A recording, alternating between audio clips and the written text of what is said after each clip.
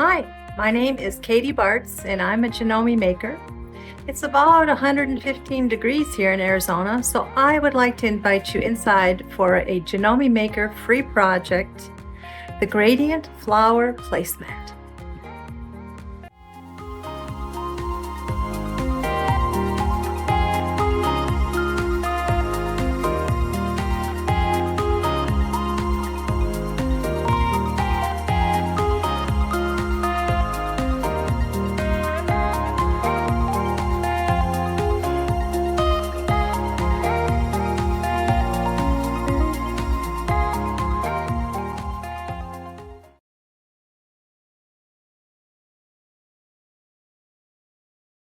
So when you have the design, you're going to be able to download that, and when you pull it into your software, you'll have the capability to print out the color charts. Now there are 8 colors here, but you really only need 4 colors for the design itself, because what we have here is the first color is going to be a placement stitch. So this design, when I digitized it in our artistic digitizer, the design is going to be more like an applique, right? Even though it's quilted. So it's going to first of all stitch around the outside with a placement stitch. That's going to tell you where to put the fabric that you cut. Now the fabric and all the details on that is going to be in a PDF file that you can also download, so you can have that for your records. But anyway, the first color is the basting stitch. The second color is going to be the tack down stitch. That's going to be the green color that's going all the way around here. The third color is going to be the quilting. So whichever color you want to have for your quilting, just know that that will be the third color. The fourth color is going to be the gradient part of the flower. So the 4 and 5 are your 2 colors. And I'll show you a couple differences on what you use when you use different color thread, what different effects you might have. But this would be great for spring, summer, fall, even winter colors would be absolutely beautiful. So the fourth color is going to be in this case, the yellow for the summer daisy. The blue, or the liberal light turquoise, is going to be the gradient accent. And when you add yellow and blue, it kind of gives you a green color to your gradient, which is kind of a really neat effect, because as you walk around and see the project, it almost looks like it changes colors. The fifth color is going to be the long daisy petals. So you can use a white, an off-white, if it's for a winter type program that you're going to be creating for, like maybe an ivory or a light tan for the leaves would be just absolutely gorgeous. The seventh color is going to be the centers of the flowers. And the last color is actually this red here that's showing on this design, is going to be your cutting marker. So we're going to be cutting out this quilt block after it's all quilted, and everyone will actually always be the same when you create it. So you don't have to worry about centering it. You don't have to worry about it being the right size. Following all these different things I've added in with the software, the Janome embroidery software, is really making it simple. It's going to make it very, very easy for you to create this design, right? The actual design stitched out, you're going to have 3 of them in the design itself, but you can see just by using just a lighter, different shade of color, it totally gives the embroidery design a totally different look. So I'm really partial to this really bright fluorescent color, because when I add it to the fabric, it really kind of tones it down. But it's just absolutely stunning in person. Here I'm again using another yellow and a turquoise, but just a shade darker in the yellow and the turquoise, and I get just a little bit warmer color. So this would be great for spring. Here we have a nice summer one. I can totally see a nice, like a magenta and an orange for a fall color would just be dazzling, just be wonderful, right? So what we're going to be actually creating today is When it's all done and completed, this will be the size. And again, all the information you need for the size and everything is all made for you in the embroidery design. You just have to cut around the project the specific amount of space that's in the PDF. Now the colors are in there so that you have the color stops. So the project will stop so you can do the next step. So if I put everything all the same color, in some software programs, it merges all the colors, and then you wouldn't have any opportunity to stop and place the fabric or trim the fabric or whatever you need to do. So at this point, let's take a look at the fabric pieces you're going to be needing for this particular project. Again, the fabric pieces are going to be designated for you and laid out in the PDF file that you'll be able to download from the Janome website. But you're going to have the piece of fabric here that your flower is going to go on. I have put a layer of SF101 on the back. It's a piece of interfacing, woven interfacing that gives it more stability. Now the nice thing about this particular project, if we take a quick look at it again, it has some stability to it. It's not a floppy placemat. It's going to have some really good stability to it. And to create that stability, we have to add some of our interfacing, stabilizer, batting, all those layers to make it a real professional quality type placemat.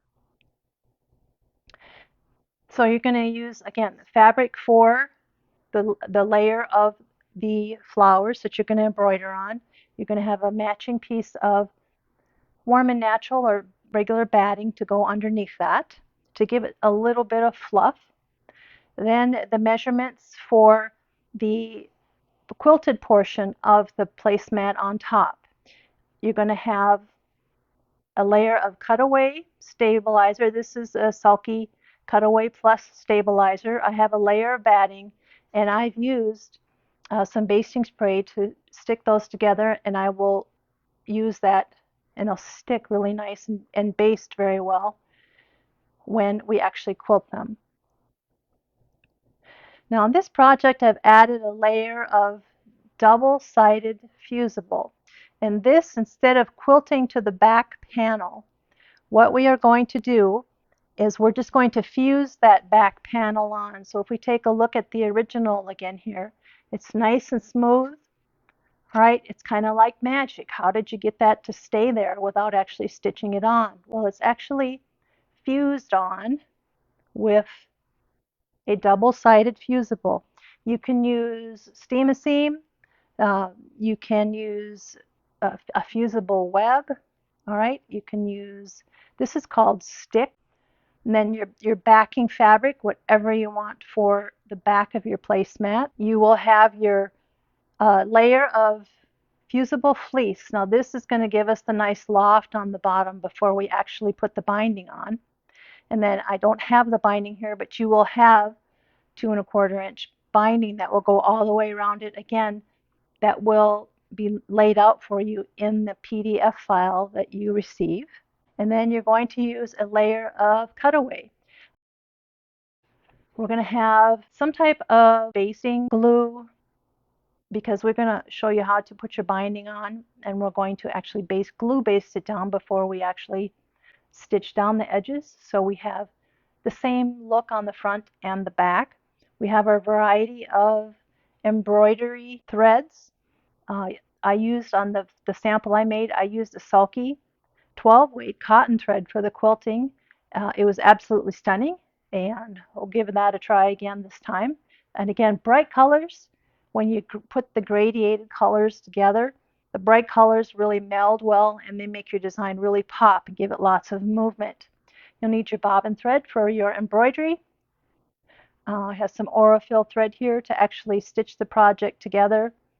I have some KK2000 if you need it for basting your layers together for your quilting. You could also use any other type of basting spray if you wish.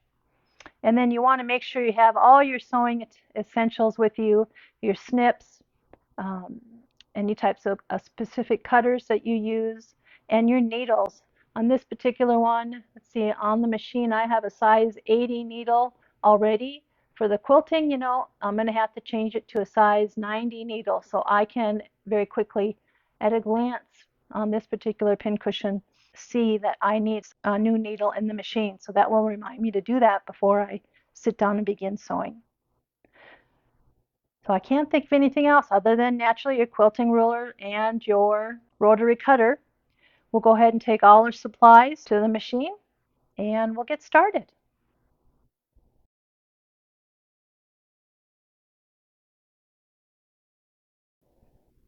To prepare your project for embroidery, we have to change up the settings on our machine.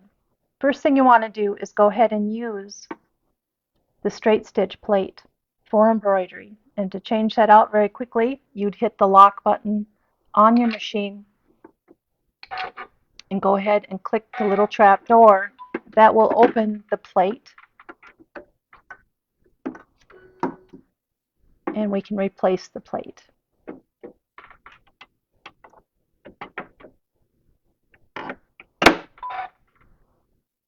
The second thing you want to do is make sure you go ahead and attach the embroidery foot.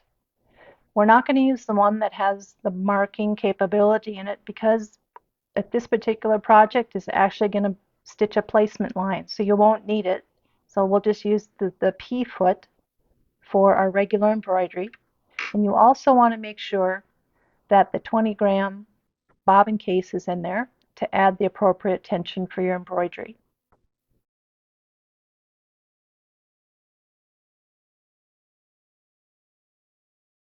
You're going to open up your artistic digitizer, and when you have your machine turned on, it will be visible up here and say 2CM17. Simply click on the down arrow, choose by WLAN, by Wi-Fi, and a screen will come up, and this screen is letting you know which option do you want. I'm going to go ahead and say I'm ready to sew. And when I say ready to sew, I'm going to go ahead and double click on that. And when I do that, all I need to do is click on send. And it says design was sent successfully. I click OK. I look over at my machine and the design is there. Let's go ahead and take a look at how to use the USB stick.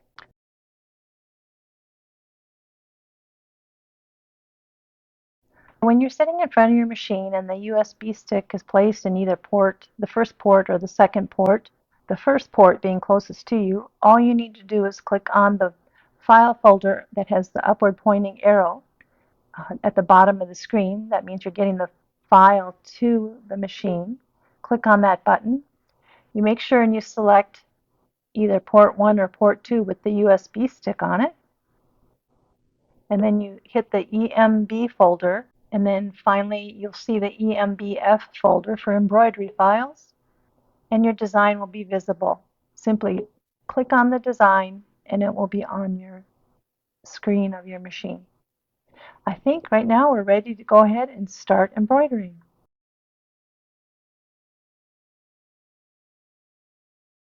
Go ahead and attach our hoop. And I love the way this hoop attaches. It just slides in there easy. I put my hand behind the back, push it forward until it snaps into place. And the first thing it's going to want you to do is color number 1, as we talked about before, is a placement stitch. So I like to go ahead and advance my stitch 1 stitch so it goes up to the corner. And then I go ahead and put my needle up and needle down. I like to bring the bobbin thread to the top. It just makes a much cleaner embroidery, and you won't have so much nesting on the back. And I'll go ahead and slow the speed down a little bit. I'll press start, stop, and again, this is going to be the placement stitch.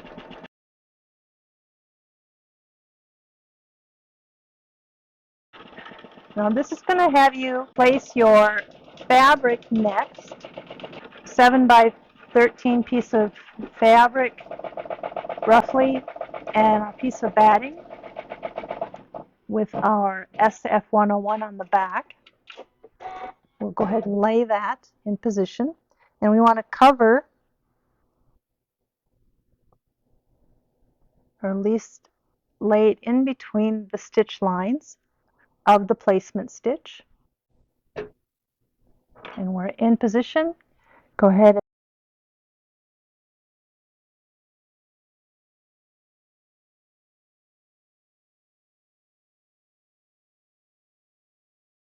and now we're going to start the quilting. The sulky that I'm using is a 12 weight thread, so it's going to be important that you use a minimum of a 90 size 90-14 needle, because you want it to go ahead and go through the eye of the needle very easily. So a 90-14 needle should work fine, and I'll come back once this is all threaded and we'll start with the quilting and begin stitching.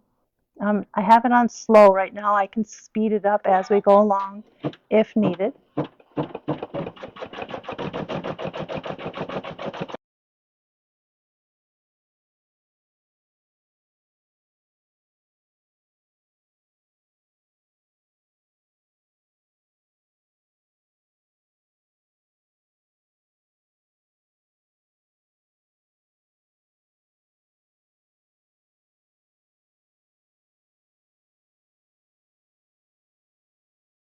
So I'm going to go ahead and thread my machine with the bright yellow, and we'll start with the gradient portion of the flowers.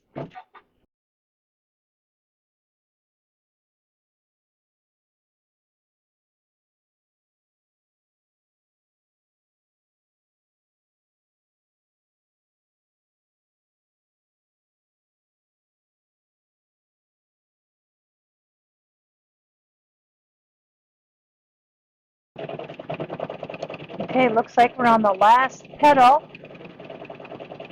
We'll go ahead and get ready to put in our aqua or teal, light teal color thread for the second part of the gradient.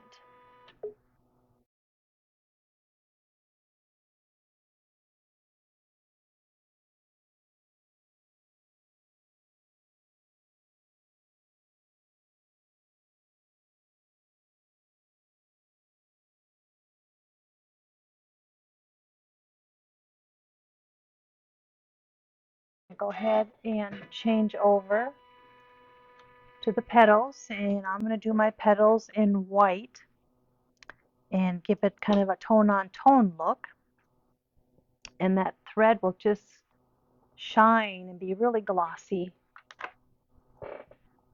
when it stitches out in the satin stitches.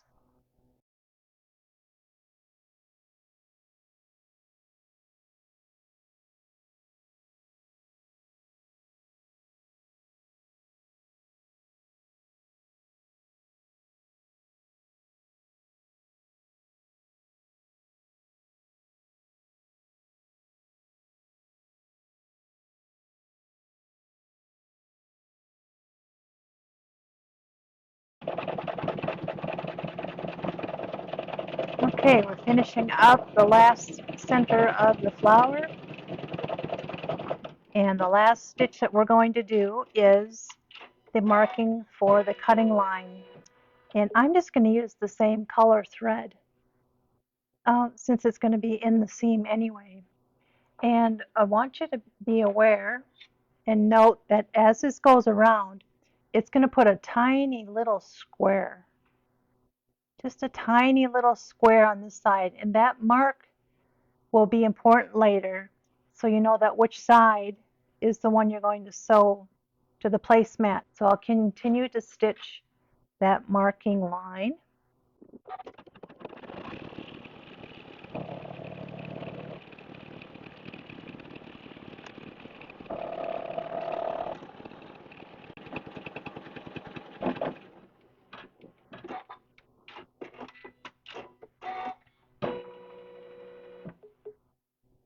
Okay, our design is done. I'll go ahead and take this off the machine by releasing the arm here. I want to point out again that little square. Let me pull it out and show you. So on the design, right here, is a little square, and that is going to be used in the future to go ahead and show you what the right side of the panel is that's going to be sewn to the project. All right, so our next step is to take this out of the hoop, and we will take it to the cutting mat, and we will go ahead and I will walk you through on how to trim, and we'll see you at the cutting table.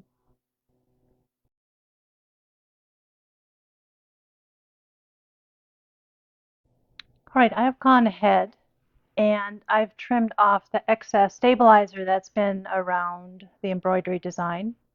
And if we take a look at the design, you can see where the tack down stitch was, and then the line that is closer inside of the embroidery line is the cutting line. And you don't want to cut on the line. What we're going to do is we're going to place our ruler on here, and we're going to cut 1/8 of an inch to the outside of the line. So mark your ruler 1/8 of an inch beyond the line, and then cut all the way around. It'll be nice and square, and it will look great.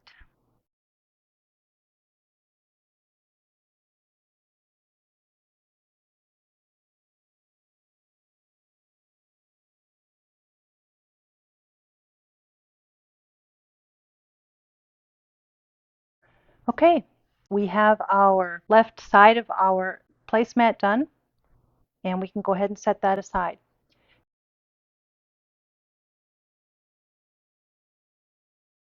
You want to grab the front panel pieces. That's going to include the front fabric piece, a layer of batting that we have, and then I like to make and complete my quilt sandwich when I don't have a fabric in the back. I like to go ahead and include a layer of stabilizer. And since we use the cutaway plus on the back of the embroidery design, I'm going to match that with the front panel and use the cutaway plus in there. And we're going to go ahead and you can quilt this whichever way you desire. I mean, just have fun with it. If you want to go ahead and do an edge to edge in your embroidery hoop, you want to take it to your machine and do some free motion. I absolutely love channel quilting. Today I'm going to try something a little bit different. I'm going to draw a line from corner to corner, and then on each triangle that is left, I'm just going to go ahead and equally space my quilting and make triangles in each section. It actually gives the panel a really, really fun, unique, modern look to it. I will meet you back at the sewing machine and we'll go ahead and start our quilting.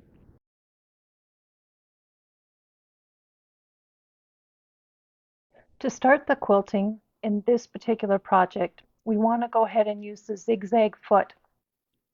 The zigzag foot has the wide opening here, and the reason we need the zigzag foot is because our needle is going to be moved into the left position, the most left position, as we stitch our quilting.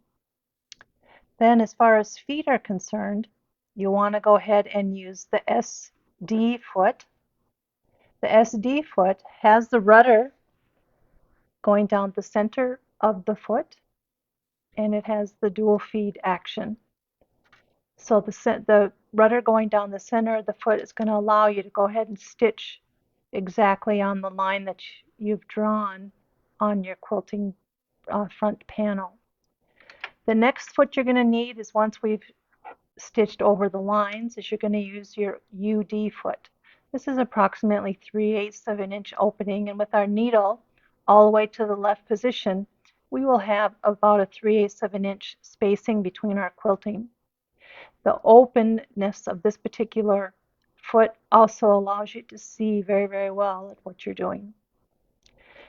The next thing you're going to need are 2 pieces of fabric, or in this instance, I'm using the leftover stabilizer.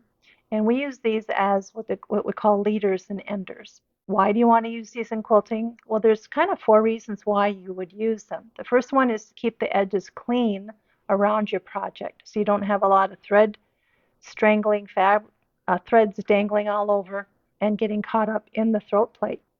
The second one is it doesn't curl up the edge of the fabric. So if you start off the fabric and try to sew on the fabric, the edge of that fabric is going to curl. Using a leader isn't going to allow that to happen because the stitches are still continued.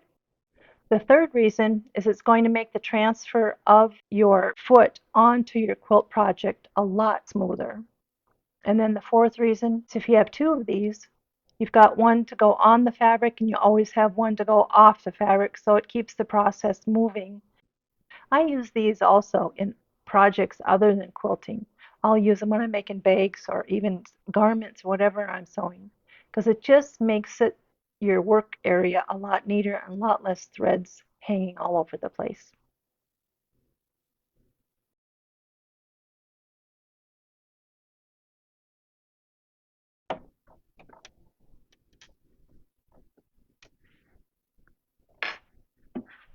I wanted to show you on the panel itself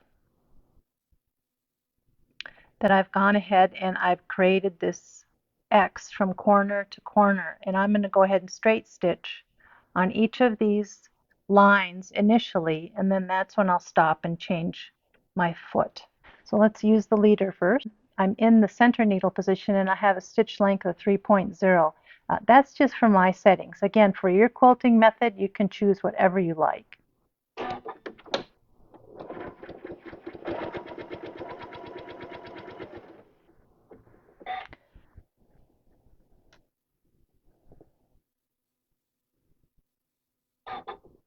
Now I did spray baste this panel together, so it should keep from shifting very easily. And I'm using that rudder, as you can see, to go right down that line.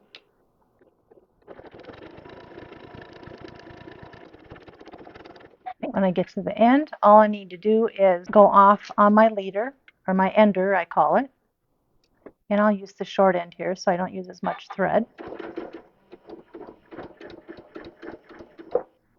Okay, when the needle goes down, I'm able to pivot my fabric, and then I can trim right close to the fabric and there's no thread tails hanging. And again, it just keeps the project nice and neat. And then you will go ahead and trim off the head leader because you're going to use that in the next time that you go around. So you always have two pieces of fabric, one to go onto the fabric and one to go off the fabric, rather than having one piece and manipulating just the one. Okay, now I'm going to go back in the other direction.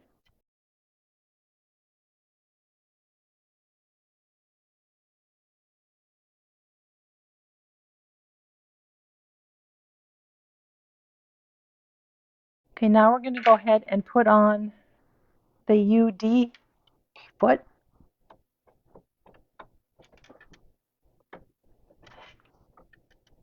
And I'm going to move my needle position all the way to the left. So I can adjust that on the menu right in front of me or on the large screen. And I want to make sure I'm still at 3.0 stitch length, and I am. And I'm going to guide the stitch that I just created with the big X on the panel along this edge of the foot.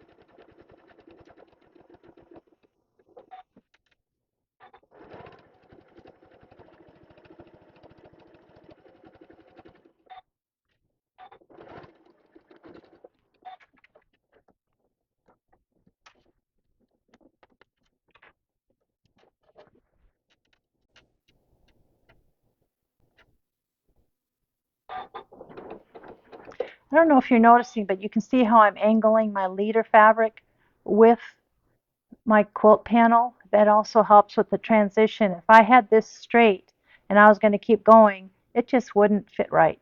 So if you can actually lay that leader fabric the same angle as you're quilting, you'll have so much more success. Okay, I'm going to keep going along and keep stitching this in the remaining 3 areas, and I'll come back.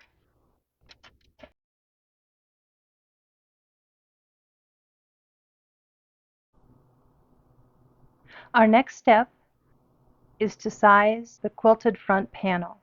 And if we flip this over, you'll actually see hopefully you'll be able to see, I know it's hard, maybe hard with white on white, but the nice quilted design that was generated using that method by stitching the triangles in each quarter.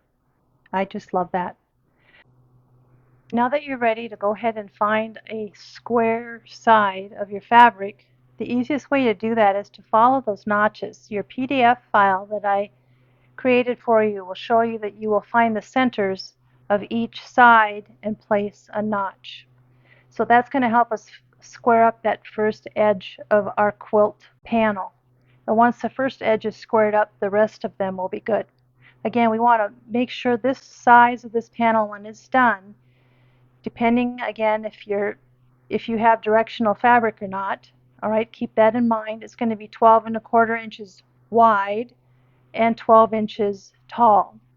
So from our left and right positions here, we want to go ahead and make sure that we measure out from the center notch 6 1/8 of an inch. That will give us 12¼ So 6 1/8 of an inch. So I have 1, 2, 3, 4, 5, 6 1/8 on the top and the bottom.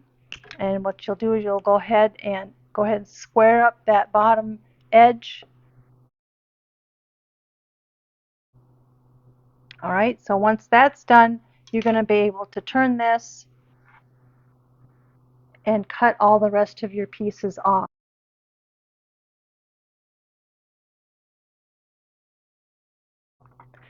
Once that is complete, then you're ready to go ahead and stitch the front panel to the front quilted panel. As we talked earlier, on the front of your embroidery design, there is a square. So that square is right here, and it needs to be right next to the quilt panel. Because what I'm going to do next is make sure then I just take this and flip it over.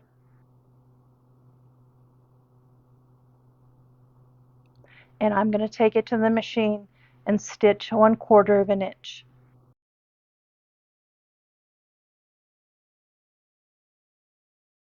Okay, at the machine, you're going to go ahead and set your machine with the regular stitching foot on, and you're going to go to the quilt menu on your screen and choose the piecing setting. And we'll go ahead and choose number 2, so it goes all the way to the right, so that when I stitch with this foot and follow the edge of the presser foot, I will be at 1/4 inch. And I'm going to again go ahead and use my leader fabric.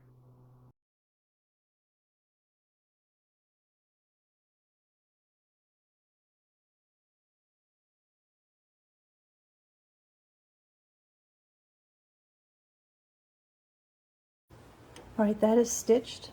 Now I'll go take it to the ironing board and go ahead and press this seam open nice and flat. There may be feels like a lot of bulk in there, but don't hesitate. You can use a little steam and that should open it right up.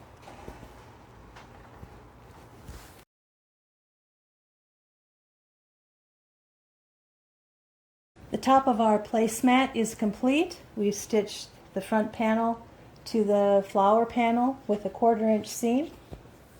And now we're ready to prepare the back of our placemat. What you want to do is take the fusible fleece, and with the glue side down, you're going to go ahead and adhere that to the back of your placemat. That's going to go ahead and fill in anything here with the seam so the back will be nice and smooth. Once you adhere that, using a press cloth is helpful, and some steam is helpful. That will help compress the fusible fleece just exactly where we want it.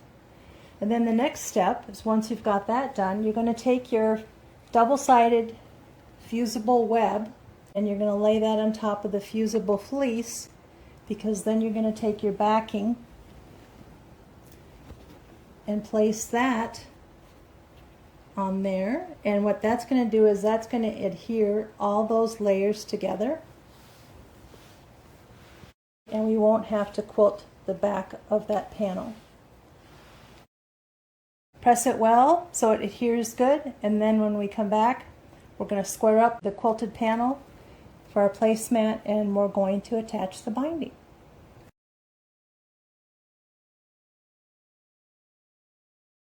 We have adhered the fabric and the fusible web, etc., to the back of our quilt, and now we're going to go ahead and top stitch on either side of the seam that we've created. What I've done is I've gone ahead and I've placed my SD foot back on the machine. That's the one with the rudder in the middle. That rudder will follow right down the center in that ditch of the fabric. I have moved my needle all the way to the right, and I have a stitch length of 3.5 because now I have a little bit more thickness to go through. All right, I've used my leader fabric, and we'll go ahead and stitch on either side of that ditch, keeping that rudder right in the center.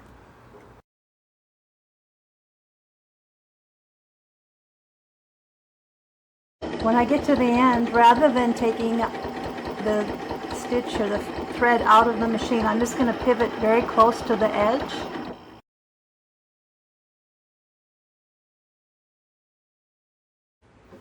And stitch right down the center of that ditch.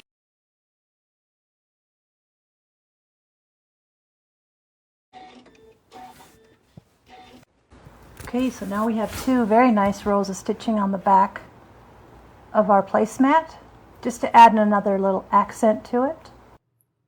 Before we attach the binding, we need to make sure our edges are very straight, because that will affect how the binding lies on the quilted panels.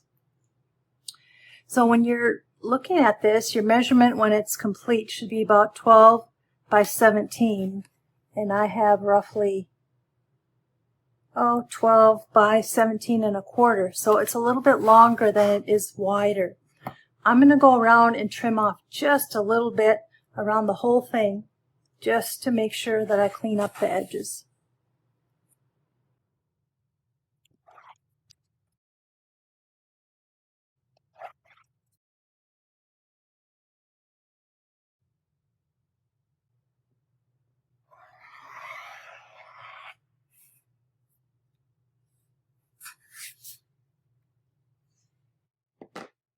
Okay, that looks good. That looks great. I think it's time to attach some binding. All right, let's do it.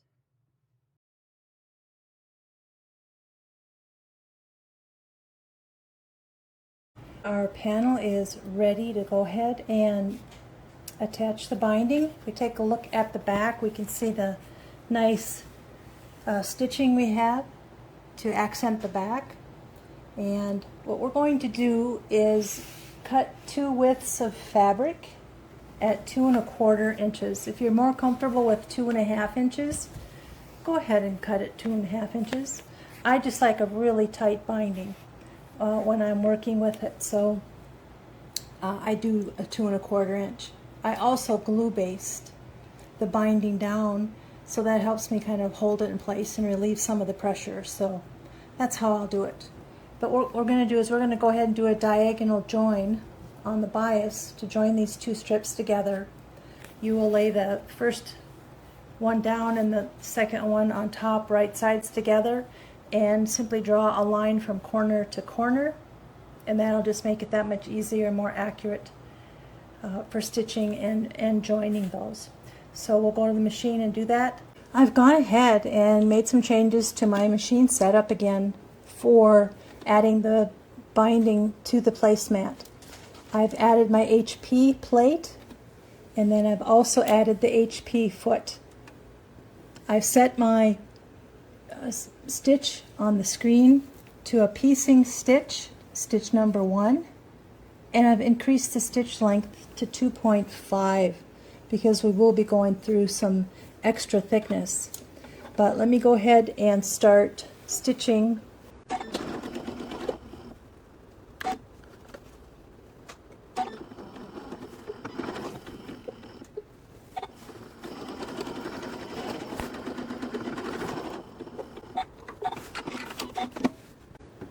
Okay, I'll go ahead and trim this off.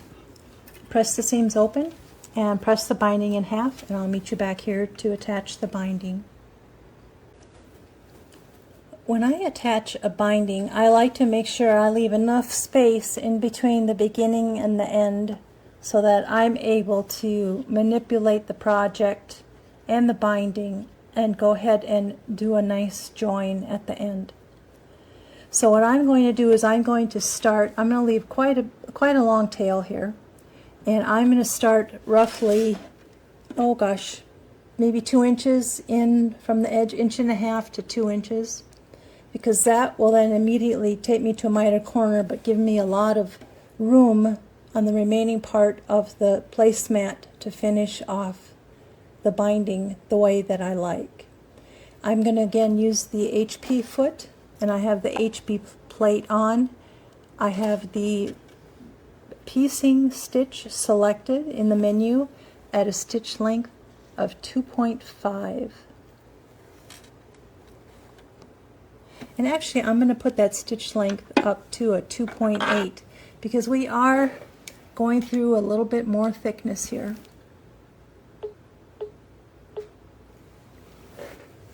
And I like to have the binding relaxed and not so tight that it feels like the threads are going to snap.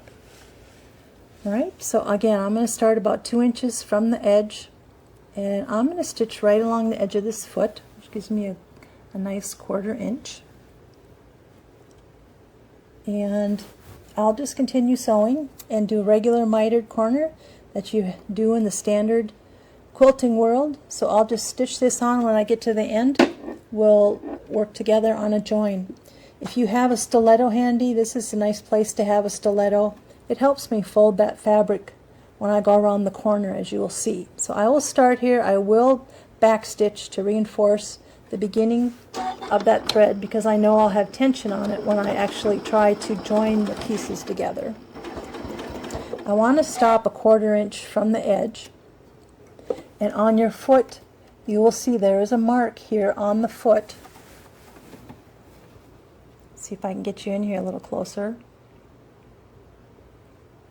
Right here for a 1/4 inch, so you'll know when you're at the end of the quilt so that you can start your miter. So again, I like to go ahead and stitch. I like to place my stiletto right over the edge of that fabric so I know where the edge of that fabric is, so I know exactly when to stop. Okay, I'm at a 1/4 inch. And what I like to do is I like to put it in reverse and just back off at an angle. Okay, and cut your thread. I'm going to go ahead and flip this up, straight up, and I like to take my stiletto and put it in there so that I can pull that edge down nice and straight. Okay, and then we'll put that under the machine and continue on. And I'll start in a little bit because the first stitching I want to do is in reverse.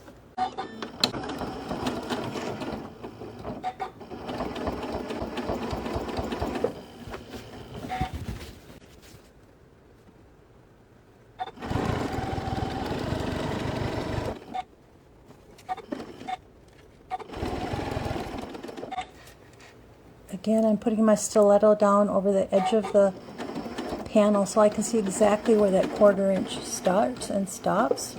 There we go. Pivot a little bit, and I'm going to reverse off at an angle.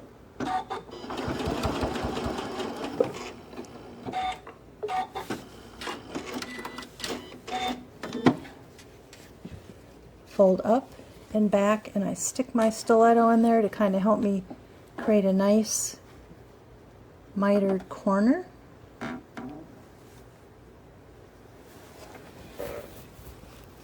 And the first stitch I'm going to do is in reverse.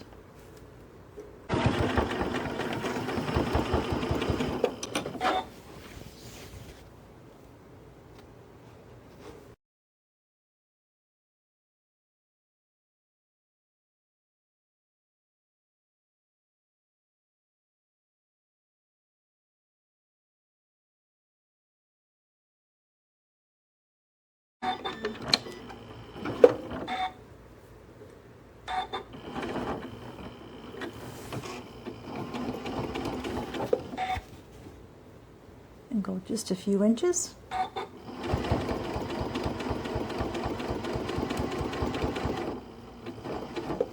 Reverse to secure that stitching and cut the thread. Yeah, I'm going to trim this off just a little bit.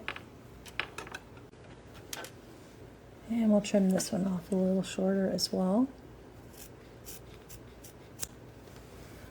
And we'll keep these little pieces because that will come in handy right now. So as I lay this down, and I can lay the other one on top, I'm going to go ahead and open this piece that I cut off and lay it where I'd like to have a join. So I'll have the join here down at the bottom center.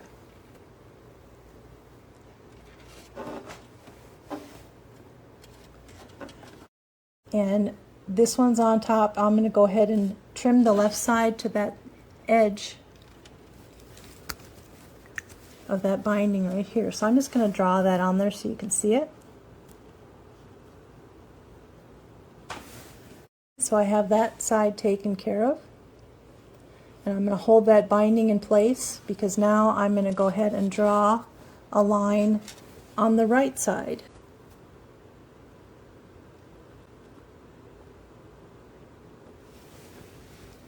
And if I lay these down side by side, they'll be close to, 2¼ inches in there that I need to work with. And they're not even, so that's good, that's important. Because now I'm going to be able to trim on those lines and then stitch a diagonal stitching line like we do when we're actually creating the long binding pieces. All right, now the next step, I always mess up. We all do, right? We all have our little quirks, but here I'm going to go ahead and see if I can do it right the first time because I always get it twisted. All right, so I'm going to go ahead and turn this so that it is face up like you would have it when you're first creating your binding. And then this one I'm going to have to pull over, right sides together. And what I like to do is just pin it in place first just to kind of give me an idea if I'm working at it right. I can kind of tell already I don't think it is right.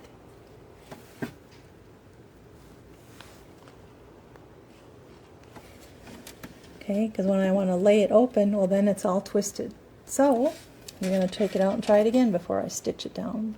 So the last time I went up with it, this time let's go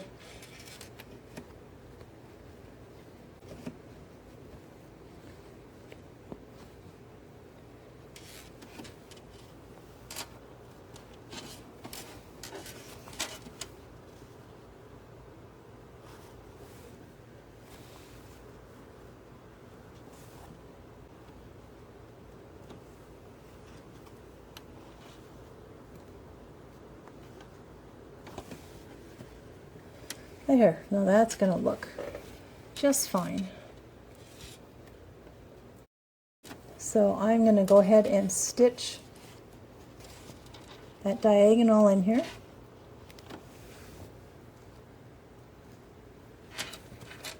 As long as I have that in the right position, and I always look to where I'm stitching towards, I don't always necessarily need to have it pinned. So let me pull this out.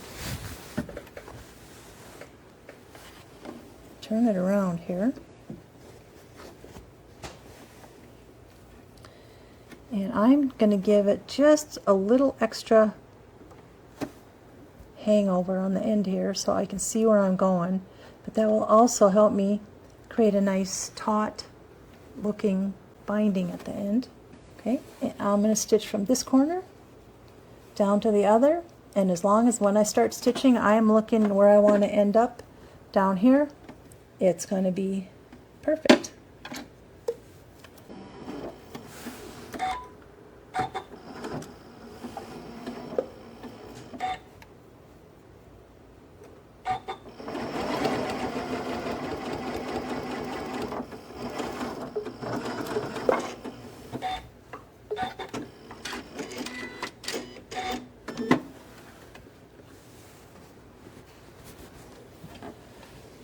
We'll take a look at this again, and that's going to lay nice and flat. So what I'm going to do is I'm going to trim this off. I'm going to go to the iron and I'm going to press that seam open. Then I'm going to come back and stitch the rest of that binding down. Here's the binding after I pressed it, and it lays in there just absolutely perfect. So I'm going to continue stitching along and placing the binding on the edge of the fabric, sewing a straight, accurate quarter seam as possible. When I'm done with that step, I'm going to go ahead to go to the iron and glue base my binding down. So on the binding now, this is going to turn over very, very nicely, very easily. And when I bring it to the back, when I do some glue basting, what I want to do is take my glue, whichever I'm using, and I'm just going to put a little drop here and there, here and there, here and there, and I'm going to fold this over so it just barely covers the thread that you see here at the 1/4 inch mark. All right, I don't want to be pulling it tight. I want to just barely cover that thread, because when I top stitch this, the presser foot's going to press that down when it stitches and smoosh that binding in place. It's going to cover the stitches, and it's going to give me a nice stitched edge along the edge. As long as I have secured this well with the glue basting, again, I will apply it and I will iron it in place to dry it. And I just barely put that binding just barely across that stitching. All right, because when the machine comes and stitches, it's going to smash that binding down into the stitching and cover it. Okay? And you could do the same thing with the corner of your binding. Let's go ahead and pull that over, pull that to the back. Oh, that looks beautiful in the front. And when I do my corners on my quilts for these kinds of projects, right, I like to go ahead and make sure, again, I like to use a stiletto, but I'm going to go ahead and just glue base that side down first and make sure this comes out. This edge here comes out straight. And then I can fold it in and continue on, and I'll have a perfect miter on that corner. Right? So go ahead and glue base, and we'll come back together to go ahead and top stitch that binding down. Okay, we've glue basted the back binding to the back. Right, so it's all ready to stitch down. So again, I'm going to use this HP foot, and I'm going to use the guide on the foot itself, and I'm going to stitch on the inside edge of this foot. That will give me a scant 1/8 of an inch, I'm guessing, to stitch this down, but because you've glue basted it and you've taken your time to make sure everything is just perfect, it's going to catch the front and the back. I'm also going to increase my stitch length to a 3.5 because we're going through a few layers of binding. We have our fabric, our stabilizer, all that stuff, and having a larger stitch is going to float more on top of the fabric and show off the top stitching. So it just gives you another extra little level of professionalism, and it will just absolutely look beautiful when it's done. So let's go ahead and stitch this on. I am not going to back stitch and build up the stitches. I'm going to just start stitching and go all the way around, and then I will just stitch over the previous stitching at the end to catch my threads. All right, here we go.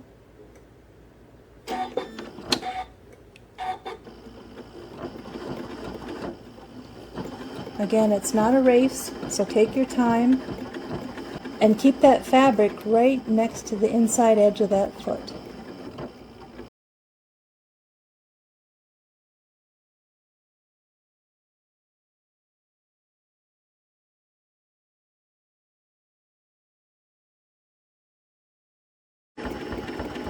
Okay, as we come to the end here, just pull the long stitches you had at the beginning out of the way and hold them, and just stitch about, oh gosh, ½ inch beyond where you started.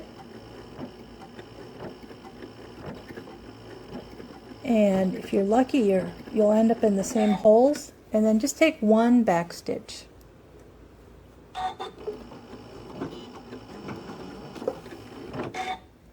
And trim your thread.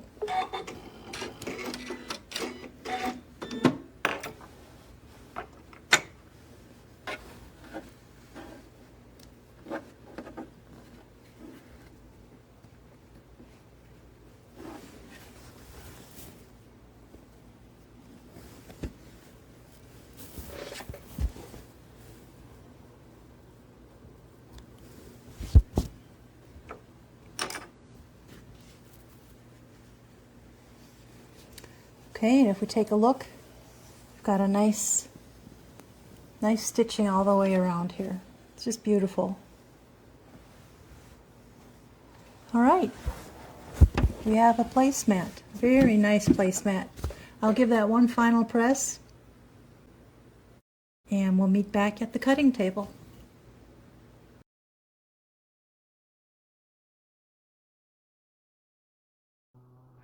Well, great job, everybody.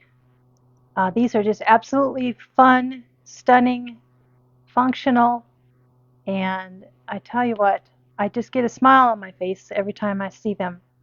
The stitching on the top is beautiful, and the back looks great. Everything is tacked down nice and very uniform. So hopefully you learned something in my tutorial, and I hope to see you again. My name is Katie Bartz. I'm a new Janome maker, and I love to teach, so I will definitely see you later. Thank you.